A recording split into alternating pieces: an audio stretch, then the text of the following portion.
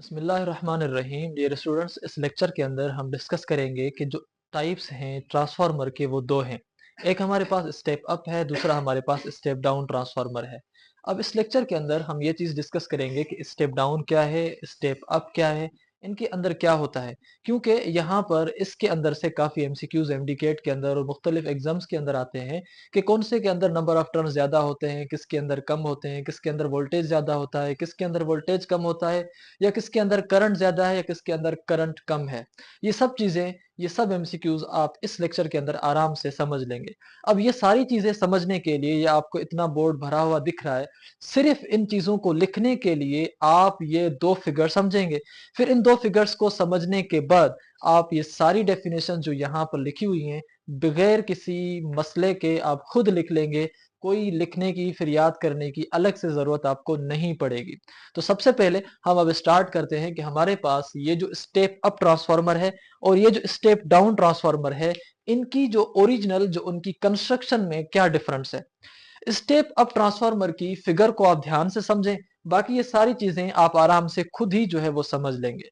Step up transformer में क्या होता है कि उसकी जो प्राइमरी कॉइल होती है उसके नंबर ऑफ टर्न्स कम होते हैं, और उसके जो स्टेप अप है, मतलब ये एक स्टेप आगे करके देगा, मतलब बढ़ा के देगा। इसी वजह से इसके इनपुट पे तो टर्न्स कम है, लेकिन अप होने की वजह से इसका सेकेंडरी जो आउटपुट है उसके ऊपर जो नंबर ऑफ टर्न्स हैं वो ज्यादा हैं। तो अभी हम कहेंगे कि नंबर ऑफ टर्न्स जो प्राइमरी कॉइल के हैं वो लेस हैं then the number of turns of the secondary coil. पहली चीज ये। दूसरी चीज ये कि अगर इसके number of turns primary coil के कम हैं, तो नंबर ऑफ टर्न्स कम होने की वजह से वो वोल्टेज भी वहां पर कम होगा उसके पास। तभी हमने उसके प्राइमरी कॉइल पर टर्न्स कम लगाए हैं, क्योंकि इसको इनपुट प्राइमरी पर कम मिलेगा, तभी नंबर ऑफ टर्न्स कम होंगे। इसी वजह से नंबर ऑफ टर्न्स कम है तो प्राइमरी जो वोल्टेज है स्टेप अप का वो भी कम है। नंबर ऑफ टर्न सेकेंडरी पर हमने इसलिए ज्यादा लगवाए हैं ताकि सेकेंडरी पर हमें वो आउटपुट की सूरत में वोल्टेज ज्यादा दे। तो इसका मतलब जो प्राइमरी वोल्टेज है वो आपका लेस है और जो सेकेंडरी वोल्टेज है वो आपका ग्रेटर है। अब ये जो आपके पास सिंबल्स हैं, इनको थोड़ा आप समझ लें। ये सिंबल का मतलब होता है कि अगर इस सिंबल का ये जो फेस है, इसका फेस है इधर, और इसका जो ये बैक है वो इस तरफ है। जिस तरफ इस सिंबल का बैक है तो वो चीज छोटी है, जिस तरफ इस सिंबल का ये दो तरफ है वो चीजें बड़ी हैं। तो अगर इसका फेस इधर है तो मतलब एन एस बड़ा है, अगर इसकी बैक जो है वो एनपी की तरफ है तो मतलब एनपी कम है।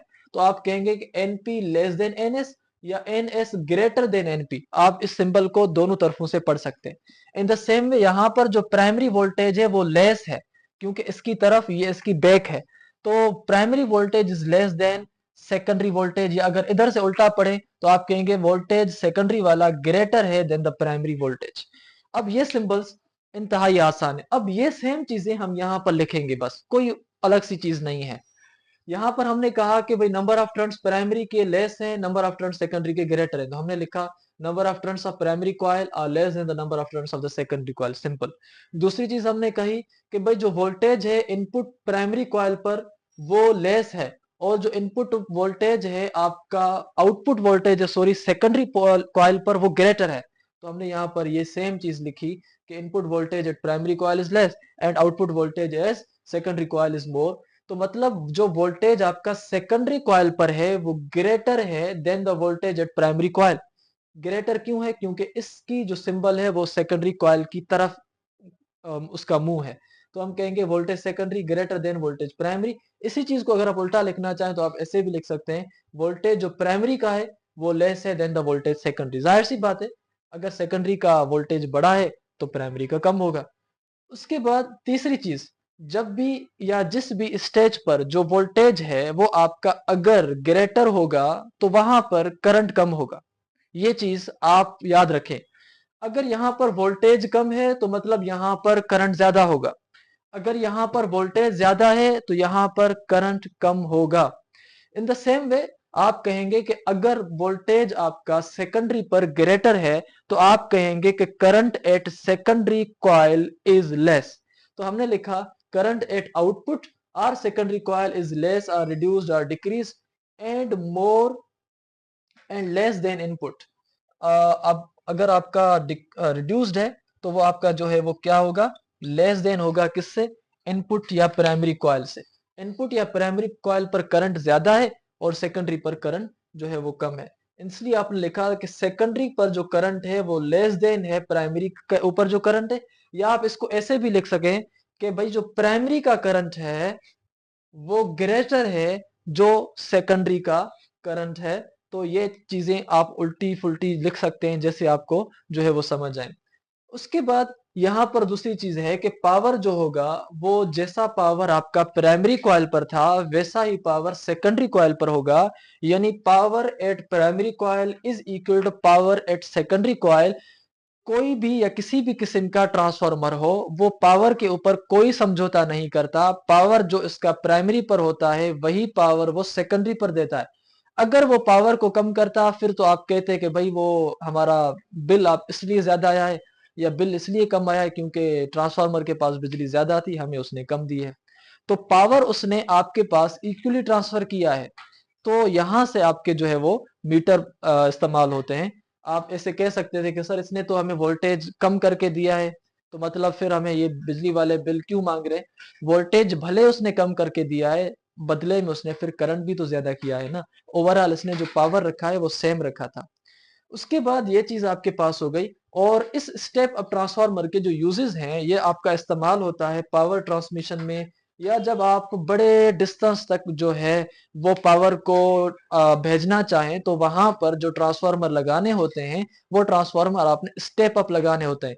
एक ग्रिड से हैदराबाद से सखर तक ग्रिड की जो है पावर ट्रांसमिशन हो रही है, तो पावर ट्रांसमिशन करने के लिए जो वहां से जो आप ट्रांसफार्मर लगाएंगे एक जिले से दूसरे जिले तक, तो बड़ा ट्रांसफार्मर होगा वो होगा step up.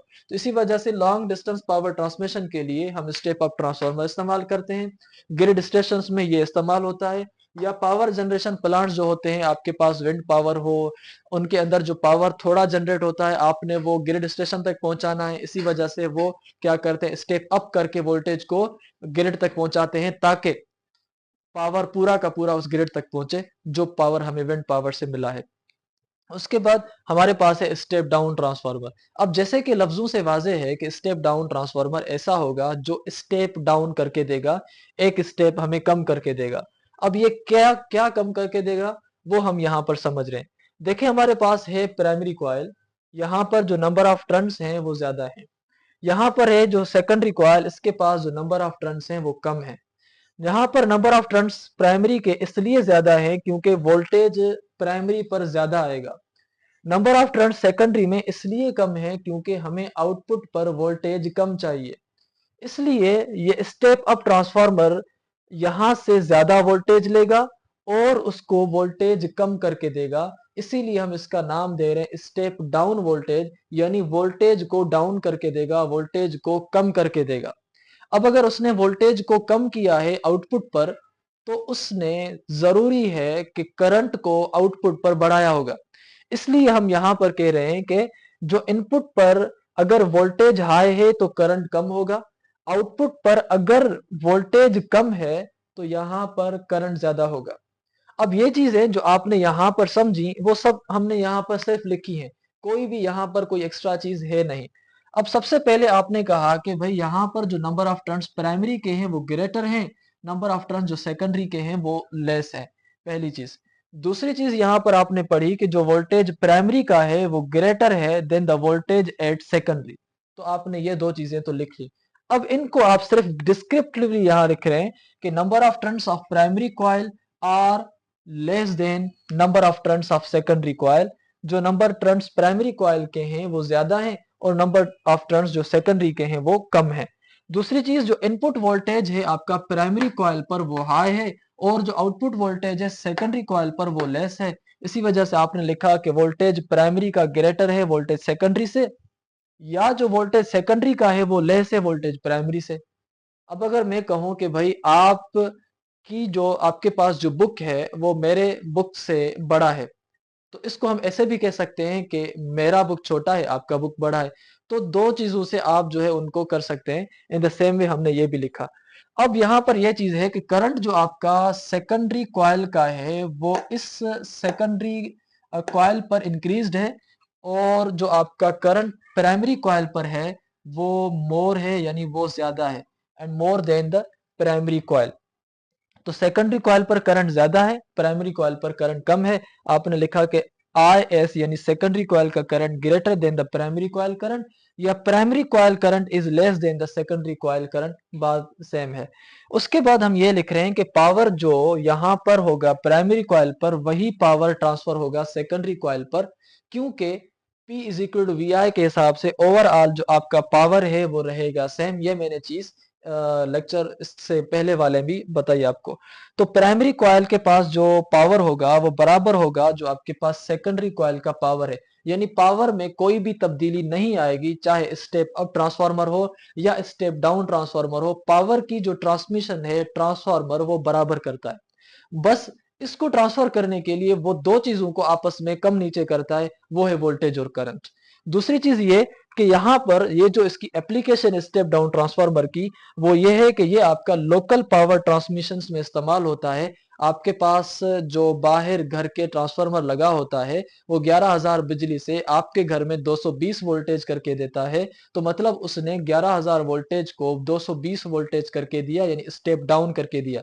In the same way अगर आप मोबाइल का चार्जर लगाते हैं, उसके अंदर मोबाइल के चार्जर आपका घर के स्विच से 220 वोल्टेज ले रहा है और आपकी मोबाइल को 12 वोल्ट दे रहा है, या आपकी किसी लाइट को 12 वोल्ट दे रहा है, यानी 220 से उसने 12 वोल्ट किया, ये भी स्टेप डाउन है।